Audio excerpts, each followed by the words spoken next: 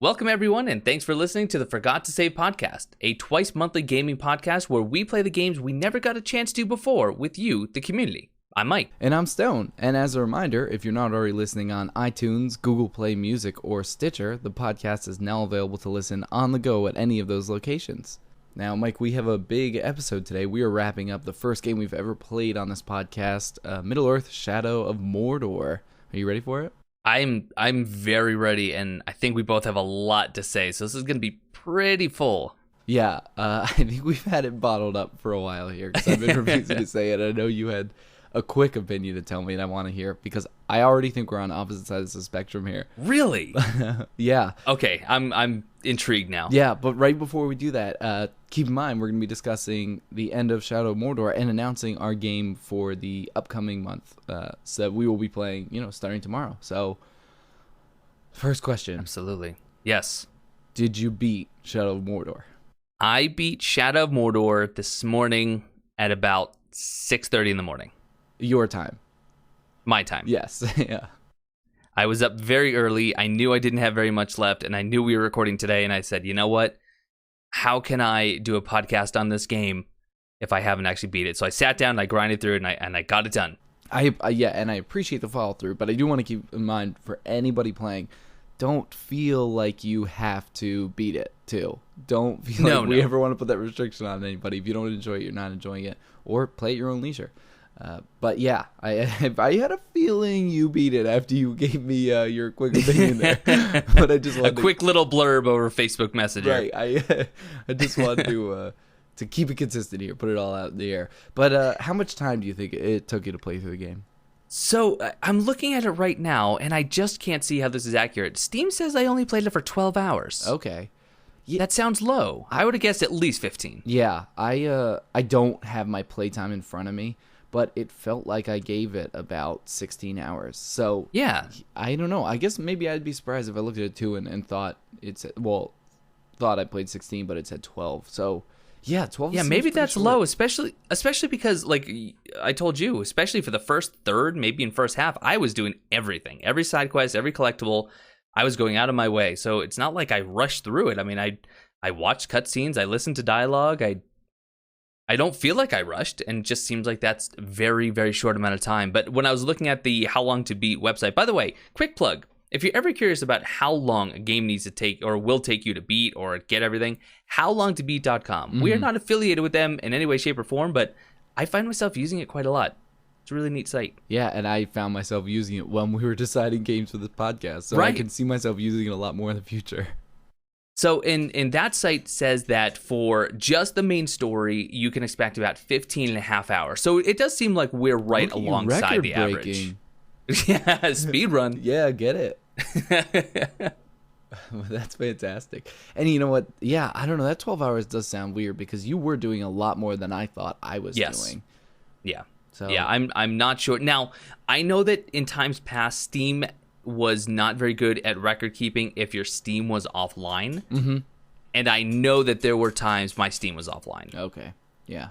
You know what? I'm thinking about right now. We are spending an awful lot of time talking about how short something was. Oh, the irony. Yeah, that's amazing. But actually, I think that's a good topic is the length, because one thing that I always talk about is the value of a game, right. And that doesn't mean like how much it costs. It's you as the gamer. Did you find value in it, and enough value to justify obviously the funds you used to purchase this? And this, I thought this was a much larger, longer game than this 12 to 16 hours or so. But I have to say, I do feel like I got my value out of it. That being said, I also didn't get it at release. And hopefully I'm not jumping the gun now, but I kind of think if I had just paid $60 brand new, I might actually feel a little bit like this game did not hit that value I'm looking for. So I did pay $60 brand new when it came out. And I'm putting myself in the mindset of the time, and I'm going to disagree with that. Okay. Playing it right now, today, if I had played $60, I'd be inclined to agree with you. Not that I didn't enjoy the game, like you said. I just would not have thought it's $60 worth. But playing the game at the time, launch title on my brand new PS4. The game is absolutely beautiful. The open world I thought was pretty fulfilling. I felt like the world had a lot of life in it. So at that time, paying that $60, I'd go back and do it again. Really interesting idea of actually utilizing context to judge a game's value. And it makes complete sense. You're absolutely right. Mm-hmm. Absolutely right. I can't argue that. So I guess the next question we have here is, did you continue playing? Once you saw the credits roll, did you go back in and control Tallian anymore? Honestly, no. But it's not that I didn't want to. Because as soon as you beat the game, it puts you right back on the last tower you were on. And I immediately wanted to jump down, hit all the side quests. And I do think I'm going to go back and play it. It's just that... the whole point of this podcast is that, we were playing things we never got a chance to. I kind of sectioned out my time and played it in spurts. Although I did, when I was playing it, have a hard time putting the controller down because I also didn't want to rage quit. I wanted to think I was better than some of the Oryx that were killing me. But I do plan on continuing to play. But did I, as soon as I beat the game, no. Cool. Did you? No. Now... I kind of feel exactly the same way you do about it, though. It's not because I didn't want to. It's not because I said, oh, good, I'm done with this game. It was only a little over 12 hours ago that I even beat it anyway. But for me, I see this as a game where if I have 20 minutes and I just want something somewhat mindless, but something that's enjoyable, I could see myself picking this up and going to run around, collect the collectibles, hunt down the beast that I didn't kill, and just honestly keep fighting some of the war chiefs, because it was a lot of fun, and it was a lot of fun to see the different, Oryx rise through the ranks. Yeah, I'm actually going to conflict with you there too.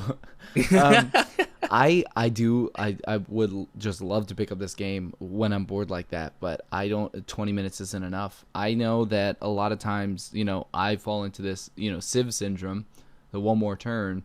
And that doesn't usually happen with action games. If something happens that frustrates you and you're like, you know what, maybe I'll just put it down for right now. But in this one, like, when I die, that's an opportunity to become better or beat the enemy that became better. So I can't play for 20 minutes and put it down. If I have 20 minutes to kill and I end up playing this, I'm going to be late for whatever I had in 20 minutes. So I disagree with that, but I don't disagree with the sentiment. Sure. No, I do. I plan on going back. In fact, I see this is a game that I could actually see myself getting 100% because, so I actually did boot the game up. I have it up right in front of me. 12 hours, 42 minutes. It's accurate. Wow. Yeah. But here's the crazy thing. 60% completion. I don't know. I think that's pretty good. 60%. I mean, if you think about it, if you just play the main story for this game, it doesn't feel like you did very much at all. Yeah. Again, not that the game is set up poorly or anything. It's just that the missions feel pretty bite-sized, and you're just going down a single track for the world if you're doing the story mode. Sure. So I would think if you did story only, the completion in my mind would be somewhere honestly around like 30, 40. But going off and doing all those extra things, I mean, I think 60 is pretty decent for just kind of doing it alongside completing the main story quest. Yeah. But I don't know. I don't know why. Pull it up and I have like 85. There's no way. There's no way. In fact, I'm really curious what yours is, just because I know you weren't going after the collectibles like I was. I'll boot it up. Boot it up. Do it. Yeah, Do it. Here we go. But that was my PS4. So, I mean, in the meantime, I feel like we have a lot to talk about with Endgame, and not just specifically the story elements or what we thought, because there were a lot of mechanical changes toward the Endgame, and I'm not talking just like Endgame, like the latter part of the story. I mean the last 3 missions. Yeah, like mechanically, the game started to change itself. So why don't you tell us about those mechanic changes while I check out some information here. Sure. So some things that really all of a sudden just kind of came out of the blue. Did you do the side quests? I think there were side quests. I don't think you had to do it. The hunting quests with Torvin, I believe his name was. Yes, I completed all those. I think there were only 3 or 4. Yeah, where you learned how to ride. Obviously, you got the Caragor. Yes, Caragor. But then also you got the Grogs. Yep. And that, for me, so I didn't actually think I would end up using a grog at all. But there was one mission where I had to actually go and I had to kill, or I had to brand a war chief. Now, we're going to talk about branding in just a second. But it just so happened he was afraid of grogs, and he was weak to mounted combat. Can you just guess how long it took me to take out his entire stronghold when I actually found a grog and rode that into camp? That is amazing. It was over before I knew it. So you learn through this hunter how to actually take down and to take over a grog. And then immediately following that, you actually get the shadow mount skill, where you can actually use your elven bow powers to mount either a Caragor or a grog as long as they're within eyesight. So I'm approaching the stronghold. I see a grog just perfectly placed outside of the stronghold, and I thought, okay, let's see if this is going to go like I thought. I aim my bow, I shadow mount, I get on there. I mean, maybe 15 seconds. I wish I had been recording it, but I wiped out something along the lines of 120 Oryx. I got a branded war chief and his 2 bodyguards in about 15 seconds. That is amazing. Like, that is truly what the mentality, like, of Tallian should be. Right. Like, that is the kind of heroics they want you to have in the game. It was absolutely brutal. I honestly felt a little guilty. But so the other mechanic that they really press on, and actually is part of the endgame itself, is the idea of branding. So you can actually use Celebrimbor's power to kind of flow through you, and you can take over the mind of these Oryx. So previously, if we grabbed one during combat and he was weak enough, we could either just shank him, we could kill him on the spot, or if he had an information, we could gain intel from him. You can also issue death threats to make them run in fear, or towards the end of the game, you get the ability to brand them, which means they now work for you. And they actually work as these sleeper cells, and they just, for the most part, they'll just kind of go along their normal patrols unless you're already in battle. But then at any given time, you can just call them forth, and they are just right by your side, battling right next to you. And also, should we mention, this is probably going without being said, but there's going to be spoilers in this podcast. Right. Sorry, yeah, yeah, heavy spoilers. Like, if we can spoil it, we're going to. Right. That needs to be out there.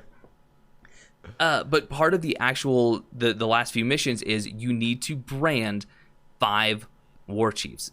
You need to have 5 of them on your side for the final mission, for the final battle, and that's not easy.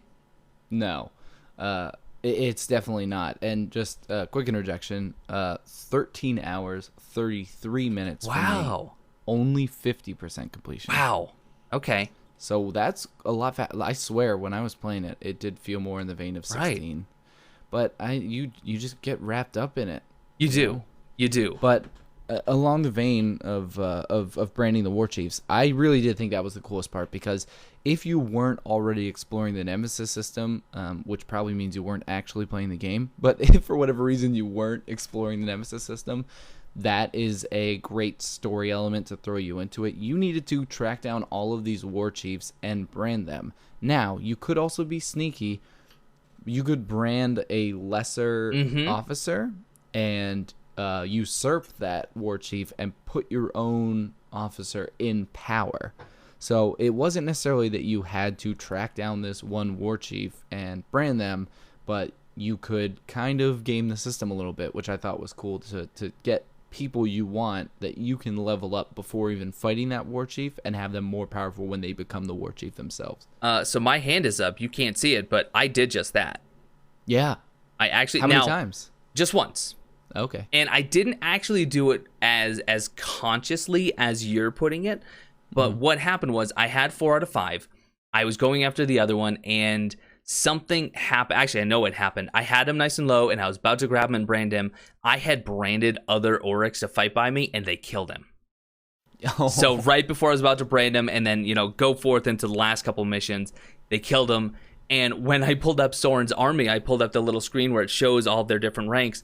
There were only, other than the 4 war chiefs I had, there were only 3 living captains on the screen. So I thought, crap. And none of them were even remotely close to the rank of war chief. So what I had to do, and I'm not going to lie, this is actually a complaint I have about the Nemesis system. Oh, wow. Right? I didn't actually think I would have one until this morning. So there was only 3 alive. I had to get one up into the ranks of war chief, and the only way to do that, the only way to pass the... Oh, wait a minute. I'm going to contradict myself in just a second. Okay. The only way that I thought I could actually get the movements of the ranks to start flowing was to die, because I remember previously anytime I died I would get the screen, it would show who shuffles, but then I'm literally in my head right now thinking no, when you highlight a tower on the map you can either fast travel or advance time. So you promoted somebody. I promoted several Oryx as I got killed, I think 4 times, but in doing so, the first, after 2 times, I think, I noticed that I had branded an Oryx earlier, and he got advanced into a captain. I thought, if I just brand everyone that's on this captain playing board right now, one of them is going to be War Chief, and they're going to be branded already. And I have to say, kudos to this team for actually having the brands carry over. I feel like many development teams would have left that as an oversight, and the brands would have dissipated anytime they shifted ranks. Mm-hmm. So, kind of inadvertently and accidentally, and now I find out very foolishly, died multiple times, but I got a branded lesser Oryx into the role of War Chief, and that progressed the story for me. So I have a similar story as to that hierarchy, but one other thing I want to point out that I hate about that story you just told. This game, like we said in the very, very beginning, it doesn't really hold your hand with a lot of these concepts. So everything you learn by doing. So you just not knowing that option was there is a testament to this game not holding your hand, which I think is it's pretty fantastic. But the reason I kind of gamed it a little bit, I had controlled most of the war chiefs. There were 2 still left unbranded. But just during the course of my travels, I had run across some officers. So I had branded a few of them, and I was going for this war chief. And every time you want a war chief to come out, you need to meet certain criteria first. Right. And this particular one was to kill 40 enemies within the course of 2 minutes. Now, that's not the hardest thing to do, but in order for that to happen, the Oryx need to signal more reinforcements. They have to raise the alarm, yeah. Yes, and when they do that, that alarm doesn't go away. There's no system for it going away, which did bother me a little bit about the game. It's if you mess one thing up, you're SOL. So that kept happening on this mission, and it kept making it more and more difficult to actually fight the officers when they came along. I was like, why do I have to bother with this at all? I'm just going to try to put my own guy in. So I had him duel that officer, and he killed him and put himself in power. So I didn't have to go through summoning that guy at all. Oh, that's awesome. It's just because I got lazy that I did it, and it wasn't because I was sneaky or anything. I think one of my favorite things, and this, what you just said really made me think of it, is I don't want to call the game random, because I don't believe that it's really random chance, who you run into and where and why. But it does feel natural. It feels like the Oryx and the captains and everything, they honestly have their own agenda and their own purposes outside of Tallian. Mm-hmm. So when you enter into a stronghold, for example, earlier today, I had to go I was going to try to brand one war chief, and I didn't take out his bodyguard, which normally I had been doing. I didn't take out his bodyguards, and I kid you not, I had 11 named captains in that stronghold. God. Wow. Needless to say, I did not survive that fight. Yeah. Yeah. And it was just because it just so happened they were in the same area at the same time. So once I summoned the one by meeting his requirements, I had to headshot 5 archers. He came in with his 2 bodyguards, and then as I'm fighting them, all of a sudden I'd get hit from behind, and I would get the little cutscene, calling me Grave Walker, and it just kept happening over and over and over. And it was honestly a little bit frustrating at the time, just because I had so many things to concentrate on. But then after I died, I realized that's pretty cool. I couldn't anticipate everything, and I don't know, it almost speaks to the reality of what a giant scale battle would be like. You can prepare and strategize all you want, but at the end of the day, anything can happen. Right. Absolutely. Absolutely. Another thing I'm thinking of, did you run into anyone with a fear of the undead? No. So I didn't know this was even a thing, because this was a guy I couldn't get intel on, but I got attacked by an officer, and I built up my combo meter, and you can get this ability later where you can brand someone in the middle of combat quickly, the same way you can do an execution. So for me, it was holding X and circle at the same time, and you just run up and brand someone immediately, and they fight with you. So I did that as soon as the encounter started. I hit somebody 5 times and then branded, and the officer took off immediately, and I had never seen that before. So I'm wondering, how much did I actually miss with the personalities in that game? And that's another reason I'm curious to go back for it. So. And that, I don't know if I'm jumping ship again, but that is something that the endgame for me started lacking. And I think actually the next topic is endgame difficulty. Do you think maybe we can start transitioning to that? Is that all right? Absolutely. Cool. Yeah. I understand, and I do agree with yours, and we had a couple of viewers, including KC, mentioned they loved how overpowered you began to feel. Mm-hmm. And I do agree. My whole story with the grog, that was so much fun. But, and this is a big but for me, I stopped caring about the enemy's weaknesses because I found that I could just get in there and overpower them. I disagree. Like you said, when you ran into a stronghold and there were like 11 enemies, I found some of the war chiefs had 3 or 4 bodyguards more often than not.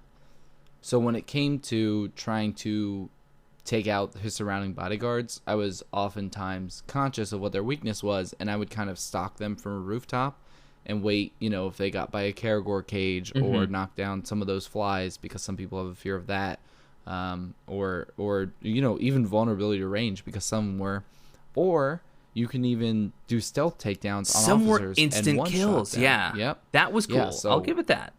So I was oftentimes trying to pay a lot of attention to their weaknesses if I knew those weaknesses. So I do disagree with that point.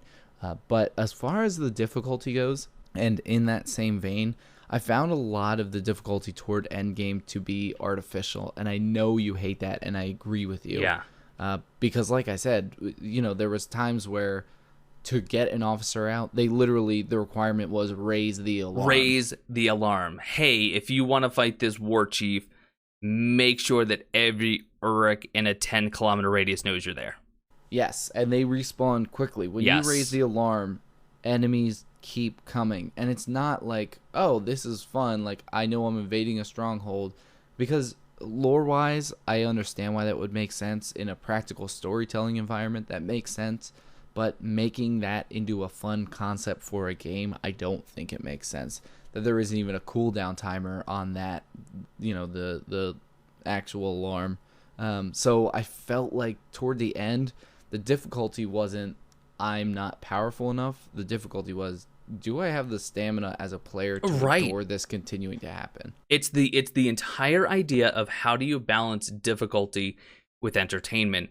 Because just throwing hordes of enemies, unless you're playing something that has a horde mode, like Gears of War or Call of Duty Zombies, like that's not why I'm here. Eventually, I should see a light at the end of the tunnel. It, like you said, it shouldn't just be a stamina race. It shouldn't be a battle of attrition. Yeah, so, and I'm going to kind of flow toward the end game story here briefly, but that is kind of why I was relieved when it got toward the last few fights. Immediately when you gather all of the 5 war chiefs for your game, you set out to sea to fight the Black Hand of Sauron, and in doing so, you take the 5 war chiefs with you, and they fight alongside you. Now, the fight initially when you get there is you with the 5 war chiefs behind you, and you run against a line of enemies, and you wipe them out, and immediately after you beat them, you go up and fight the Black Hand of Sauron one-on-one. And I that didn't bother me really. I kind of was relieved to have a boss that I could enjoy the story and not just have hordes of enemies popping out of everywhere. But did you take issue with that? What was your thought? I definitely took issue with that. and the actual final quote unquote final fight, not because it was 1-on-1. I think that's cool, and that's how it should be. It should always be you facing down like the greatest evil, if that can happen in a game. But you didn't even fight them. There was no battle per se. You had to when the Black Hand was actually in the tower, you had to just sneak up and stealth brand him 4 times. Yeah. And that was it. Yeah, and I could understand why somebody wouldn't like that. But at that point, like, all that I had done, I was kind of relieved that was it. Because the other thing is, as far as Tallian and Celebrimbor went, they had become more powerful, and they had kind of come into getting used to each other. So I felt like, as far as developing those characters, for what little development there was for the characters in this game, I do really feel like that was a good design choice. And I feel like that's the unpopular opinion. But I was not upset when that happened. Well, whether it's popular or unpopular, I definitely think this is an area where we won't see eye to eye. When I realized that, and that wasn't even the worst offender. No. The worst offender was coming up. Yes, yeah. But just the fact that it was they set such an awesome scene. I mean, not as grandiose as some of the movies would portray, but when you kind of step onto that battlefield, you have 5 war chiefs behind you, and you see, I don't know, it was probably a good 40 or 50 enemies right in front of you, including the... That was fantastic. 5 hands of... 5 black hands, right? That's after. Or talons. Yeah. So you go on the boat, you have your 5 war chiefs behind you, and you just fight a named other war chief, like some kind of grand war right, chief or yes, something. Okay, yep. And then you do that fight where you have to sneak around and brand him, and then you're talking about the mission following that. Okay. Yes, where you fight the talons. Right. So there are 5 talons that you had to fight, and they are kind of the Mordor equivalent of the evil Power Rangers. And you had to fight them with your ghost war chief. But even before that, I think immediately before that mission where you sneak around, am I correct in saying during that cutscene that's when you find out that at any time Celebrimbor could have released Tallian? Yes. So I was a little relieved at that part, because when they revealed that, it didn't invoke a real emotional response in me. And then I thought, oh, this is going to be some big dramatic thing. And then Tallian, it didn't reveal like any big emotional response from him either. So I was like, okay, so they understand that wasn't that huge a deal. Yeah. Like, Tallian in some ways still wanted his revenge. Even though he wants to die and be along with his family, he still understands that there's this mission so that the other humans that are still in existence in Middle-earth can continue to live. So I was pretty happy that moment kind of fell flat for both me and the characters. Yeah, it was just kind of like I have something big to tell you. You may want to sit down. And then you reveal it and you're like, let's just continue on. Right. Like, I don't got care. it. Yeah. All right. That's we're good. Don't worry about it. Honestly, I feel like it would have been more emotional if he like was like sit in this chair and there was like a whoopee cushion, and then like that would have been like I think Tally would have reacted more than like, oh, he could release you at any time. So I do want to talk about the ending, and I want to talk about the story, but one other thing that you had mentioned kind of after the end game difficulty was, what build did you kind of find yourself settling on? Right. I found myself, anything I do to stun anyone at any time was what I wanted to do. It stopped being a fair fight long into the second area. Did you find yourself just like bunny hopping over everyone? Oh, yeah. It's especially great when I needed to make my escape. Just hop over somebody, they're stunned. Hop over somebody, they're stunned. The 2 closest guys to me are not catching up to me. I'm out. And that made it especially easy to build up your combo, because then I got another skill where it lessened the time it takes to get your instant execution. Yes. From 8 hits to 5. Uh-huh. So I vault over somebody, they're stunned, hit them 5 times. I don't even end up finishing some of them. And then I'll, quickly brand somebody, or I'll quickly just execute them.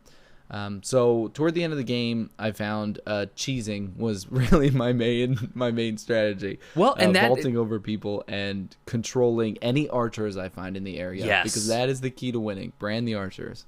That and the were they berserkers, the dual wielding, the guys who had the axes that you had to stun.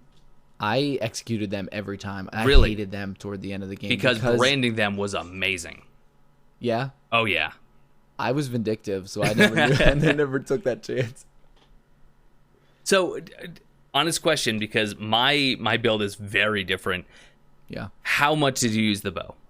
I was just going to say, no bow ever. Wow. they have the shadow strike, so it's like, oh, for people that don't use the bow, they can just teleport to them. I never took that thing out if I didn't have to.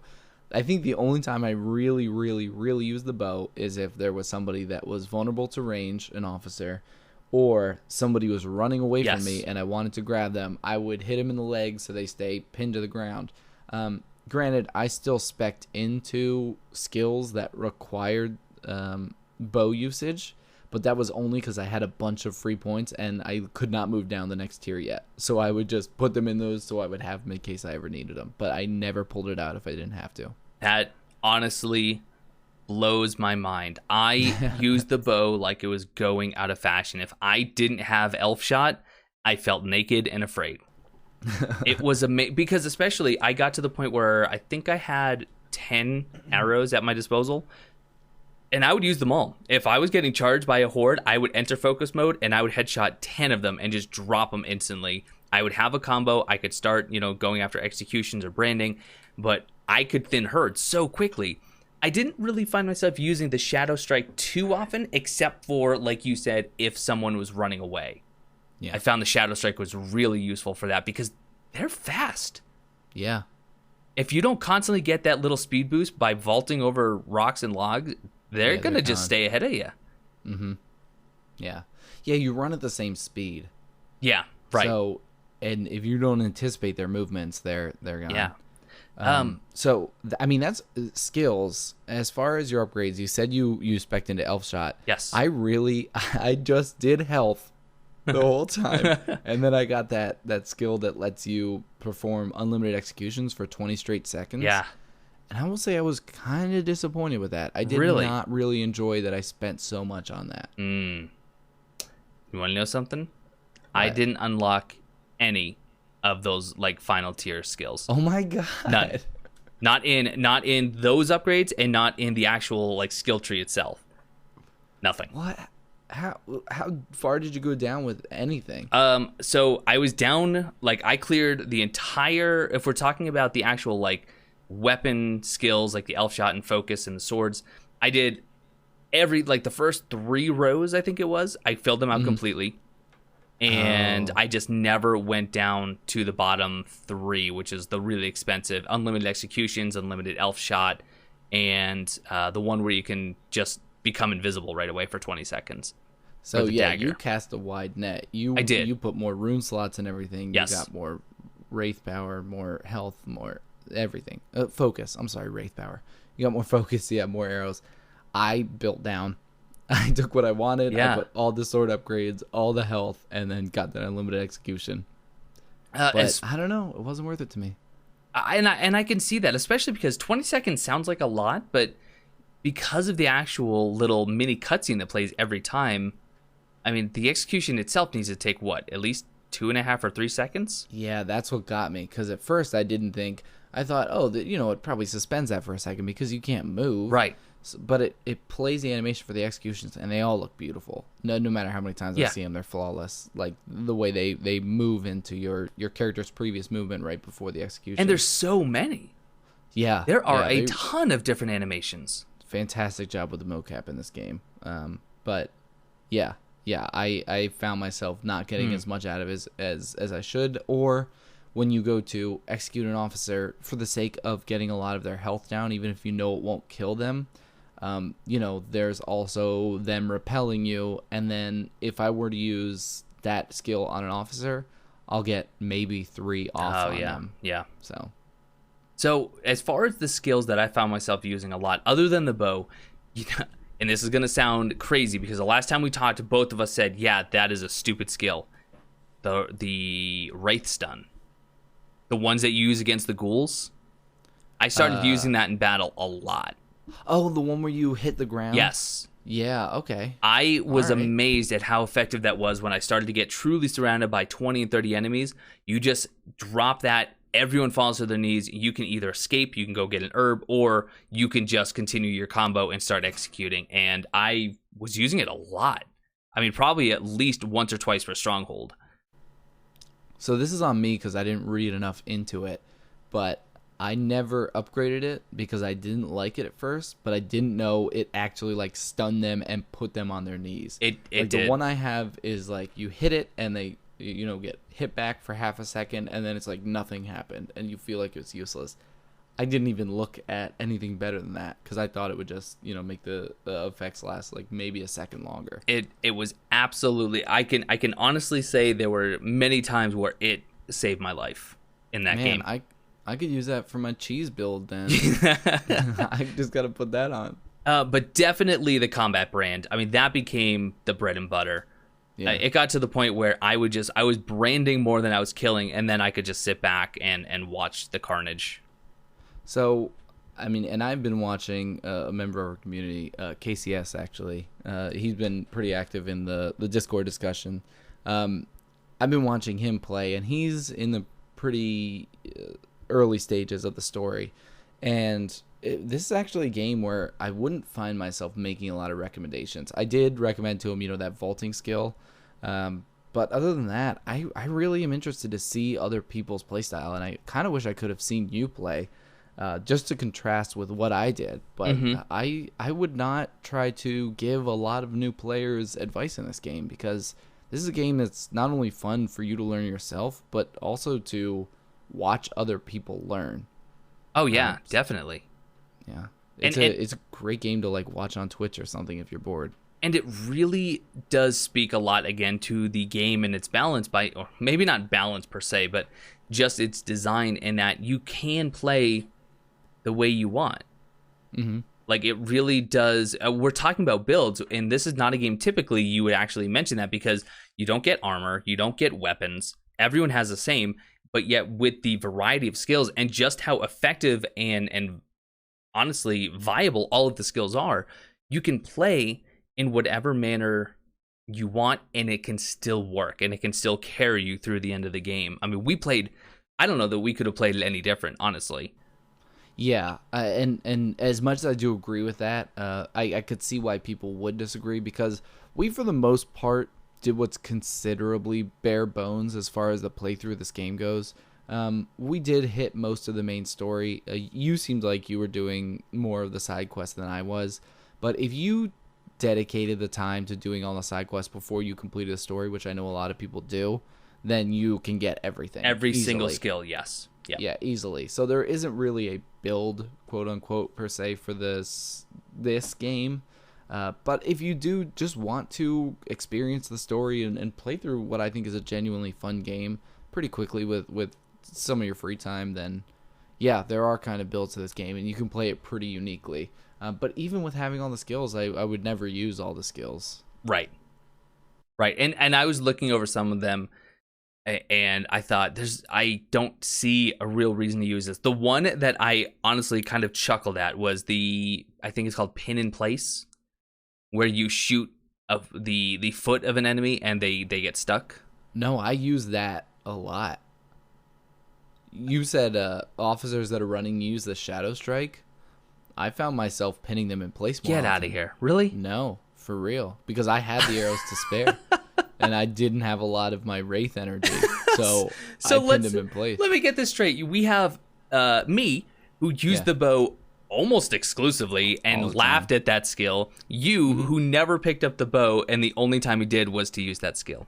I guess, I mean, it's the you're in this environment, you're surrounded by these, like, dirty, terrible creatures who only care about, like, your death.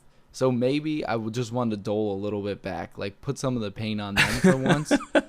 So I think just putting an arrow through the back of their calf and then the other side sticks into the ground. Not only is it satisfying, it makes me think I'm a good archer when I never ever use the bow, but it's also like fun to catch up to because the dialogue in this game is fantastic and it still stays with the personality of the different Oryx. So when you pin someone's leg that isn't a generic enemy, they have something to say about it. So I never, ever, ever felt dropped from that world that was created and these characters that we're assigned these personalities, which, excuse me, I never really think we're generic at any point. So I felt a little mad at him sometimes. So yeah, I pinned him in the leg. You put so much thought into that. It makes me so very happy. That's, and it could just be like how much respect I have for Tolkien, but this world was built to be its own living, moving components, so that I was just another piece in this world. Like, this world wasn't built for this singular experience. This world was built to move around you and yes. there's characters in it. So yeah, I felt like anything I could do to be part of this world, I did. Very cool. Yeah, so I took out some calves. You really did. I kind of want to go back and get that skill. I actually think I have unspent points because I was just running out of things that I cared about. Yeah, as far as skills. That's why you buy bow skills if you're me. So when you're in the 1 or 2 situations where you have to use the bow, you're not completely out of luck. But... It's funny how other games influence how you play new games. And so the reason I have skill points is because I have been playing a lot of Skyrim over the last few months. Every Friday I was playing it for multiple hours, and I learned that what I wanted to do is actually save perks, because if you're not familiar with the way that Skyrim leveling works is you can gain points in each skill attribute, but then it's only when you actually level do you get a perk point to put into a particular perk. And so I would save them up because I knew, okay, even though I have this point, I know that I need to get my sneak up to 50 before I can get, the perk that I want. And in this game, for some reason, I think I had a similar mentality where I was hoarding. I mean, at one point, I had 7 points unspent because I wasn't sure which ones exactly I wanted to do, put them in, and I didn't want to commit. And I thought maybe something better would unlock down the line. And yeah, and it's all because of playing Skyrim beforehand. Yeah. And I guess I didn't really think of the influence of why I try to spend everything as soon as I get it. But just quick thinking off the top of my head, I would think it's more because I'm a traditional RPG kind of guy. So the faster I can level up these characters and see those immediate results and do more damage and, I'll heal more, blah, blah, blah. I think that is where my mentality's at. And like, spend it now, see immediate results is kind of my mentality. Huh. Just a passing thought. That's all. Yeah. That's my quick analysis. But I mean, I don't know. I also played so much Star Fox as a kid. It's stupid, and that would have never come into play. So I don't know. But so yeah, let's talk about the last mission. Why don't you walk us through it? Because this is when you fight the evil Power Rangers first. Okay, so that part was cool. All right, I really enjoyed that. It was that part wasn't just cool. That part was awesome. The entire game built to that part. Yeah, I loved that part. Yeah, it was just fun. It was exciting. It was, and what I found myself doing was, even though I already had 5 War Chiefs on my side, I didn't stop there. Every Oryx I could brand on my side, to the point I only killed one of the Talons. I only personally killed one. Yep. Okay, so here's us veering off again. At this point, like I said, I really honestly was starting to get wrapped in this world. I wanted these guys dead, and everyone around them. I didn't brand any of their lackeys. Traditional RPG, killed the ads first. So I went in, I killed all the lackeys, and I turned around and found my war chiefs like in peril, one-on-one with these guys. So these war chiefs that you spend, I don't know how much time, the bulk of my game was recruiting these war chiefs. They were, at that point, the highest. And now these guys are just having a cakewalk going one-on-one against the hardest enemies you've ever fought. I was excited. And ultimately, one of my war chiefs died, but he was literally, his name was like the amputee or something. He was missing a leg. I was like, why did I even bring this guy along? But I should have killed him and gotten a different one, but the amputee died. Nothing against the disabled, but he wasn't really a strong contender for beating the Power Rangers. But I found myself, they had a lot of roadblocks in place as far as me vaulting over them, and I don't think that they are like procedurally generated like the rest of the right. enemies. Yeah. I think these guys are ironclad, but they had a lot of immunities, and I felt like that was a pretty difficult fight, but I also never felt like it was too much to handle, or there was an artificial difficulty with the additional just common enemies that were thrown together with them. You just weren't branding enough. Like I said at the end, like it was a revenge mission. I wasn't branding. Wasn't happening. For me, it was revenge, but it was also kind of a lethal weapon. I'm too old for this crap type thing. So once I got there, I said, all right, nope, you guys can handle this. And they did. They killed 4 out of 5 for me. Yeah. The problem is I can't stop button mashing. So if I have to sit back and watch someone else do it, it's like, oh, this could be done so much quicker. I'll just press square 100 times. Speaking of, because we briefly talked about this the last time, did you ever unlock the critical hit skills? There were 2 of them. I unlocked one of them and found out. I was consciously thinking while I was playing, okay, time these hits, and then kept button mashing. I was like, nope, they're not worth it. So, no, I did not unlock the second one. I did unlock the first. And I kept that in mind because I had actually been playing PSO right before I was playing this for some sessions and still did not time any of those hits. So what's crazy to me is that with how much you enjoyed your executions and your combat branding, once you get the second tier of the critical hits, every well-timed hit is 3 to your combat multiplier. Really? Which means I don't pay attention to anything. Which means 2 hits would actually be enough for you to either combat brand or execute. Man, I am just I guess this whole game, like I was more emotionally involved with anything than I thought. You really let them get to you. You did. They killed my family, man. So you had asked me to talk about the end game. Right. We approach these. Normal, I dominated the conversation. No, I absolutely not. So we face off against the Talons, which are the Power Rangers. We emerge victorious, and that's canon. That's canon, absolutely in stone. So at that point, that's when. So the very end, this final battle. And this is where we have to touch on the story, too. And I know we're already at the 50-minute mark. But so this final battle. Did you ever play Dying Light, the zombie game? No. That kind of stuff I don't do well Not with. for you. Yeah. Really, really great game. I had a ton of fun. It was some of the best co-op I've ever played. Get to the final mission. You're on top of a skyscraper. You're fighting the ultimate bad guy, the big villain. And it's just a quick time event. In Resident Evil 5 or 6? One of the Resident Evils, same thing. It ends with a stupid quick time event. I was really disheartened to find that this game, as many praises as I could sing to its name, I am so saddened that it ended with a quick time event. Yeah, I would agree with that.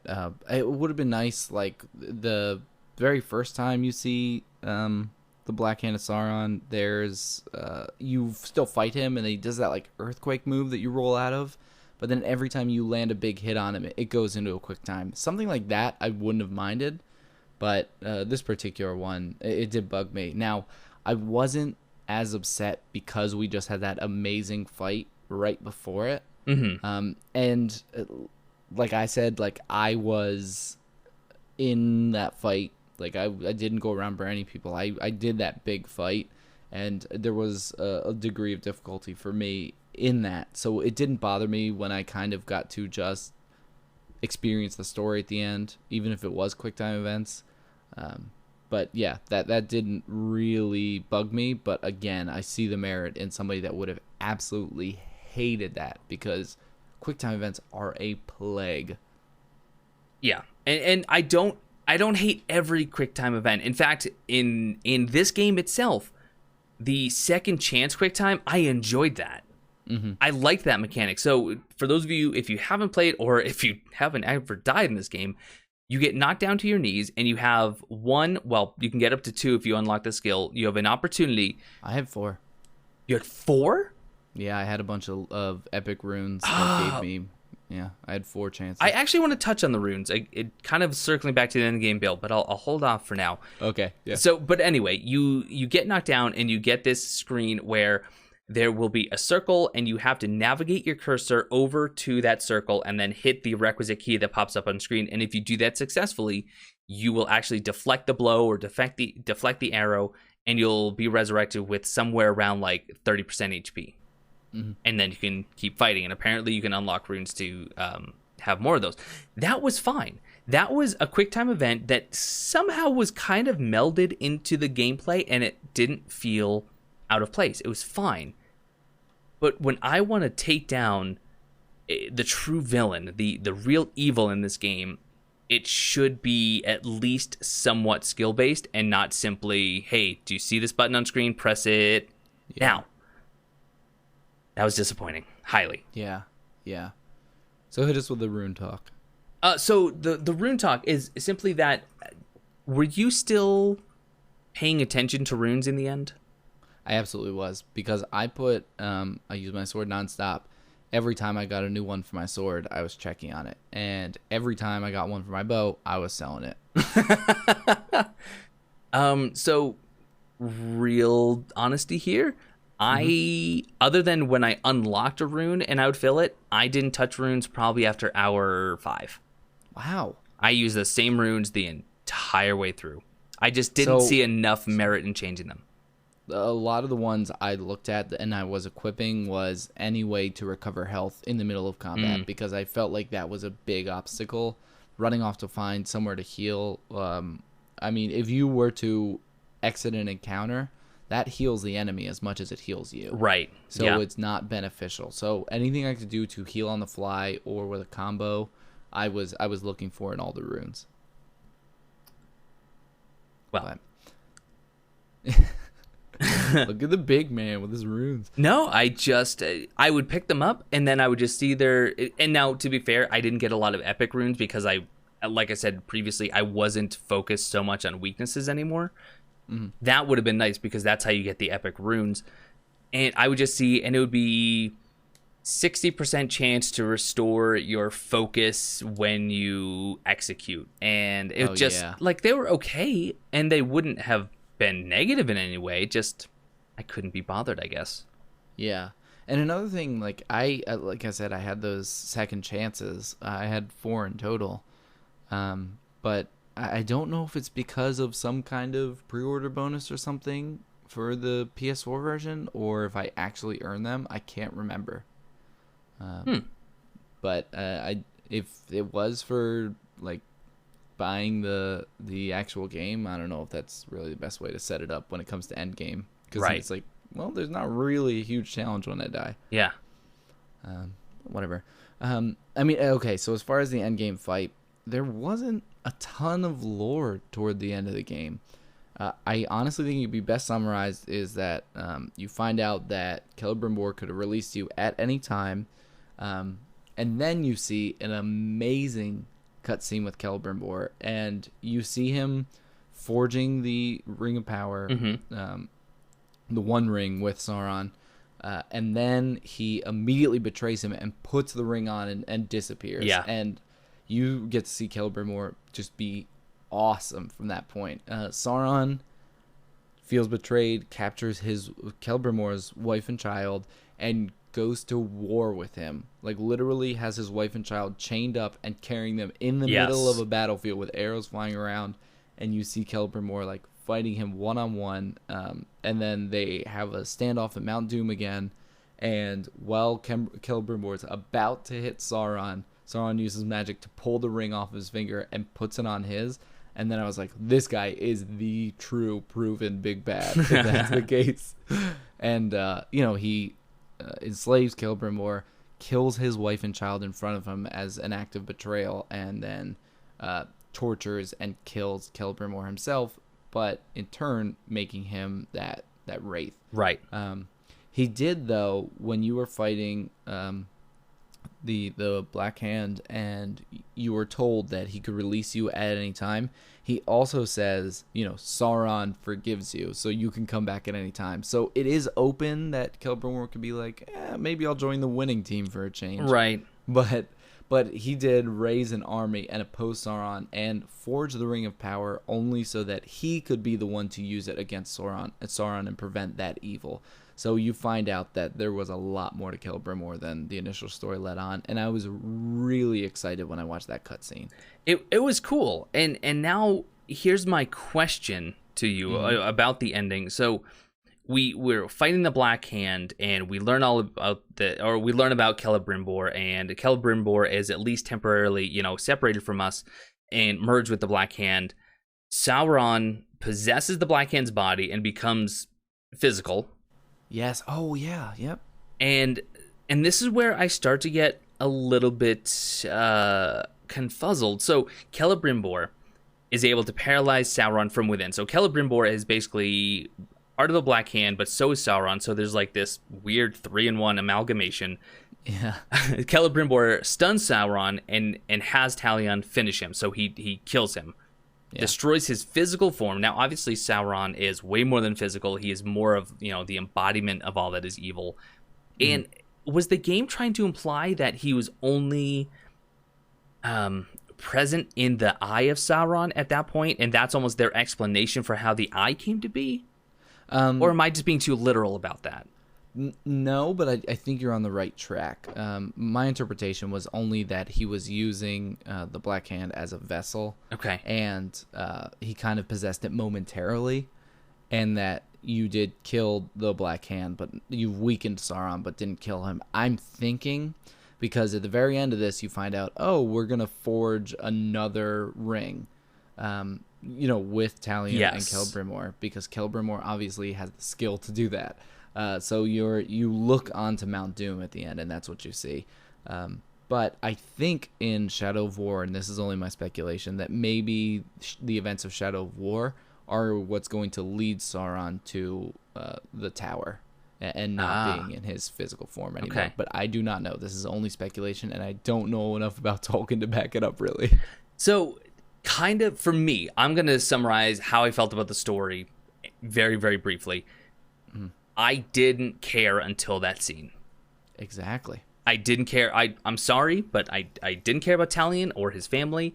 Celebrimbor, it was really cool to see, his cutscene. That was way more interesting than anything Tallian had to offer up to then. But it was that last couple of seconds when Celebrimbor was saying, all right, you know what?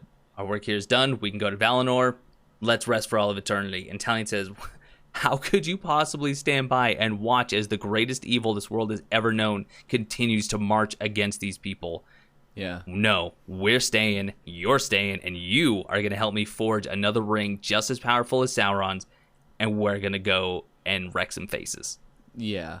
Yeah, that was a pretty cool moment. I agree. I think if I had to best summarize this, I would say this game is a trailer for the next game that's going to come out. That's okay. That's depressing, but probably the most accurate way to say it. Yeah, it sells.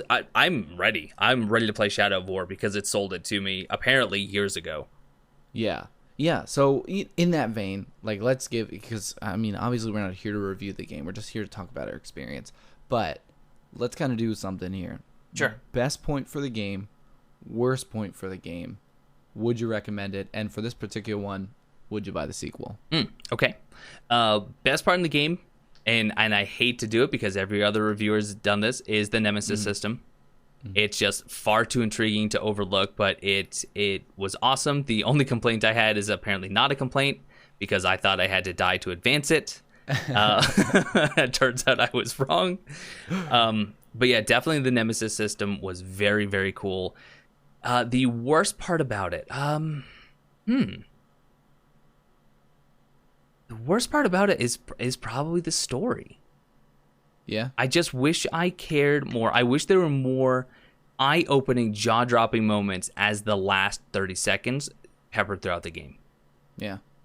The story and the plot itself was just not very interesting. And to be fair, I'm used to playing games like Dark Souls where a lot of the lore and the intricacies are hidden in the item descriptions and the behind-the-scenes stuff, not just presented to you in dialogue and cutscenes. And I wasn't reading information about the different collectibles I was finding, so maybe it was more interesting to do that. Then again, maybe I would read it and it would have nothing to do with the game I'm playing, so I can't be sure. But as far as would I recommend it, I can honestly recommend this to just about anyone. Unless you are an FPS only or a sports game only player, I honestly think you could get a lot out of this game. And just looking it up now, I don't know what it is for console, but not on sale. The Game of the Year edition, which comes with all the DLC, which, by the way, I forgot there was even DLC, and I haven't touched that. It's $20 US. US, yeah. $20. So, going back to the whole idea of value, at $20, without question, this is a game worth playing. Right, I buy it to the moon and back. Yeah. And would I play the sequel? I will play the sequel. So just one thing to say on the discussion with the lore there. Well, not the lore, just the story, sorry. I know it is weak, but the trap we fall into just as people, and what puts our nostalgia glasses on us are just that last impression we have of something. Like, think about how people talk about, like, The Departed or, like, Memento, because that reveal at the end or that big twist at the end is what we remember. Any M. Night Shyamalan movie before 2000, like, those are all considered really good. But then for some of them, I love The Departed, but for some of them, when you go back, like, it's not really the fondness you remember. I feel like this game will stick in my head as a great game that had, like, the end of the story was, like, really fantastic, but then going back and playing it, it might not be as polished as I remember. But I think a lot of people who haven't played it maybe in the 2 years since it came out and beat it originally probably have good memories of the game, and then they will say, oh yeah, I liked the story for it, not even thinking in depth what actually went through with the story. So I could see now that people would give merit to the story, but yes, it is weak. I personally don't believe it's the worst part, but as far as my best is the Nemesis System. There's no arguing that. The worst was that even though the world is so alive and they have these creatures like the Karagor and the Grawl going on in the world, I was always annoyed by them. I did not enjoy any interaction I had to have with a Karagor or a Grawl or a Wraith. And missions where I had to have those as a part of the objective were more than annoying. So the creatures in it were my setback.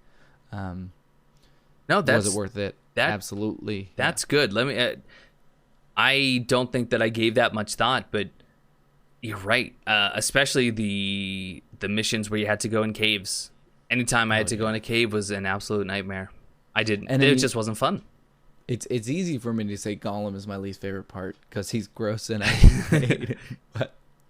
But that's not the case. So if I didn't like something more than Gollum, there's a problem.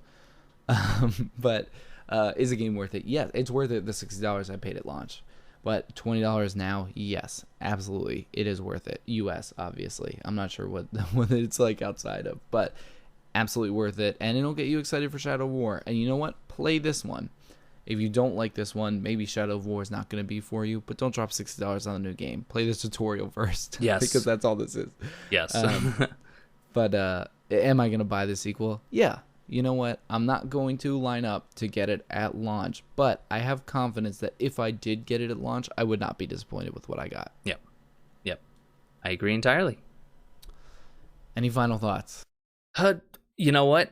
I am so happy that we started this podcast, mostly because I just played Shadow of Mordor, and I just have, it's left such a good impression. I'm really excited to play some of the other games that we've talked about lining up. Yeah, and I mean, just as thinking about it now that you just said that, would you have enjoyed it half as much or even more so if we didn't do it in this context? I probably would have enjoyed it, but honestly, I probably wouldn't have finished it. And it's not because I wouldn't have wanted to. It would simply because there's so much going on. There are so many games. It would be hard for me to say, yes, this game from a few years ago deserves more of my attention than Dark Souls 3 or The Surge or, any of the other games I'm involved in right now. So having a purpose to do it made me get through it, and actually having discussion with you and with everyone else in the comments really made me put more thought into this than I do most games. So yeah, it really helped me to enjoy the game more. Yeah, and I agree. I think it's just something about me as a person. I get really wrapped up in this stuff, and I feel like I form an attachment to this kind of stuff. And you could see, like I said, I was playing a lot more emotionally toward the end of the game. Yeah. So it's nice to be able to share that opinion with people. But the other thing is that, like, you and I talk every day. Yep. So, when I would get these messages in the beginning, I wanted to play because it'd be like, oh, I'm playing with Mike. I don't want to disappoint Mike. I want to have something to say about this. But then toward the end of it, like, your name pop up on my phone and be like, oh, man, this makes me want to play Mordor again. Like, I was itching to get back and play it just because it was such a great game, and it was like an experience I was having with you. But then we put up the first episode, and I feel like the second episode got a lot more discussion. But yes. When we started getting people talking on the Discord, it's like, why am I not playing this right now? Right. Like, the controller has to be. There were times where, I'd be in the Discord playing the game with people like talking about it, and that was a blast for me. So, and thanks for everyone on the Discord is great.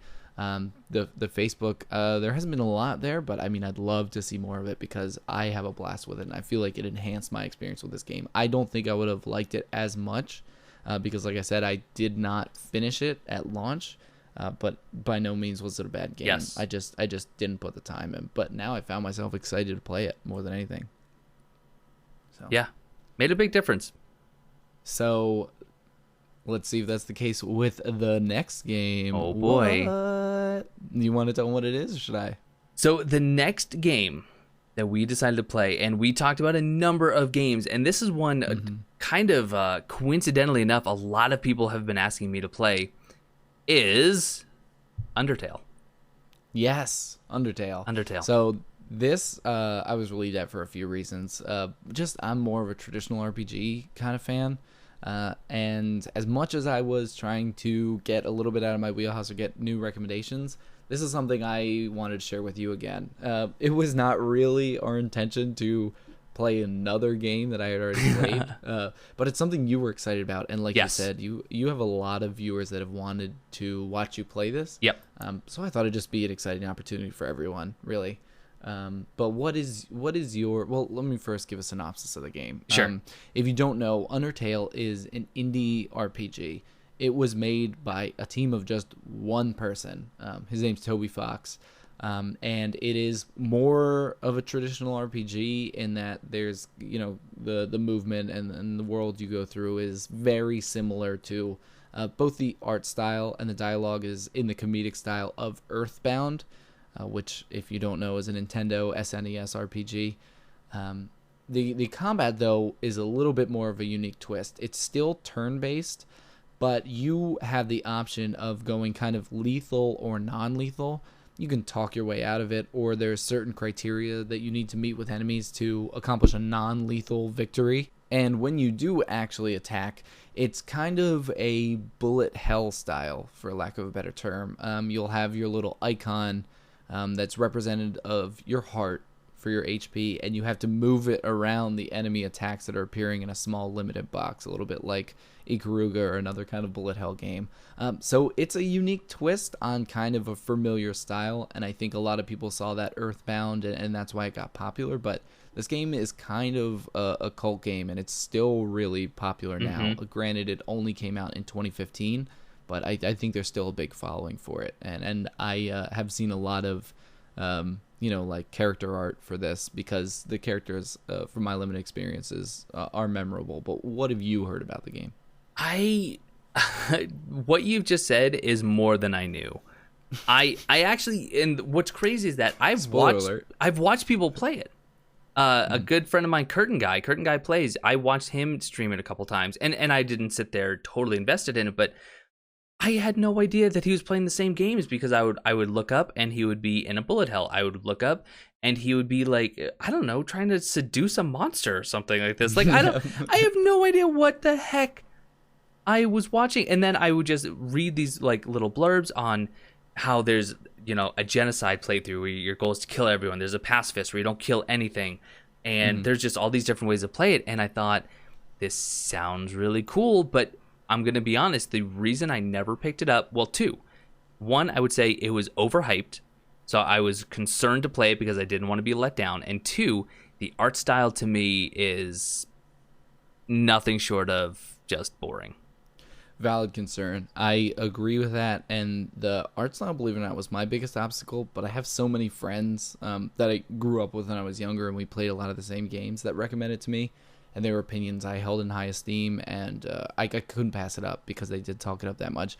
I wasn't sure whether or not you'd heard about the multiple endings, so I didn't want to mention it yet. But to my knowledge, there are 3. And also, as far as we know, beating this game doesn't take too long, so it's possible we could explore more than one. But I have only played about 3 hours of it. Okay. So my experience, again, is limited, but I have enough that I've formed kind of an opinion at the beginning of the game. So I'm curious to see what your impressions are, kind of where I am currently. Again, I played this back when the hype had mounted in 2015, maybe a month or two after its launch. So it'll be interesting. I don't even know. I don't even know what to say about it. I'm concerned because honestly, there's a part of me that thinks, what if I hate it? Yeah. And I know it's okay to dislike things, but there are so many people. There are some rabid Undertale fans out there. So, I mean, at the end of the day, like, even as popular as Earthbound is, and I loved Earthbound, it's a cult game. The following isn't ever as big as you think it is, but there's a vocal minority to it. And as well as Undertale sold and is honestly continuing to sell, I feel like the people who like saw it through and love this game, it is kind of a cult game. Yeah. I'm hoping that maybe my opinion of that changes, and maybe I think there's a bigger calling for it than I'm thinking right now, when we're at this time in a month. Sure. But as far as I know, it's kind of a cult game. So no matter what happens, every game is somebody's favorite game, and I try to keep that in mind every time. But there are some games out there that I despise, right? And I will talk trash on, and everyone will tell me wrong. But I don't. Every game is somebody's favorite game, even the worst one you've ever played. Yep, so, that's fair. Yeah. Well, I'll try to keep that in mind, and I'm gonna go in with an open mind. And the one thing that I want to try to focus on, because I've heard good things, is the music.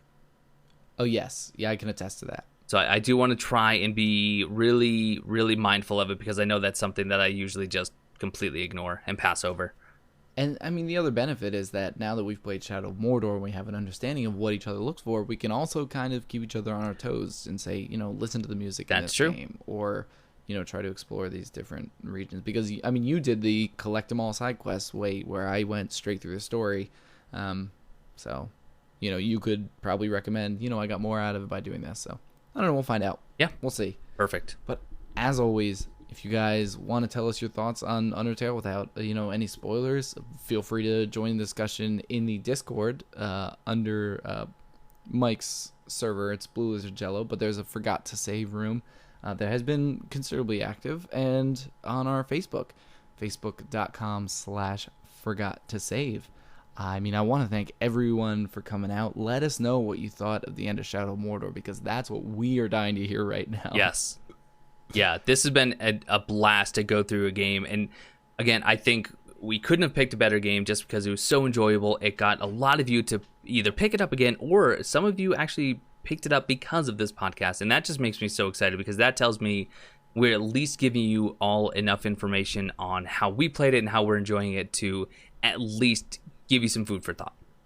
Yes, and one thing I completely forgot to mention, as far as Undertale goes, I know it is available only on PC. Yes. But I believe, and I'm not checking right now because I'm not connected to Steam, but I think it's $10 normally without it being on sale. But on sale, it normally goes down to $5 US. So yes. It's half the price of Mordor at normal price, but hopefully it's not half the game. We'll find out. That is absolutely true. All right. Well, as always, thank you guys so much for checking out the podcast. This has been Forgot to Save. It's twice monthly, and our next episode will be coming out June 1st. It's hard to think that we're already close to the summer. But, no, unreal. Yeah, June 1st for Undertale. We look forward to the discussion. You can find everything in the links below, and thank you guys so much for listening again. I'm Stone. And I'm Mike. And thanks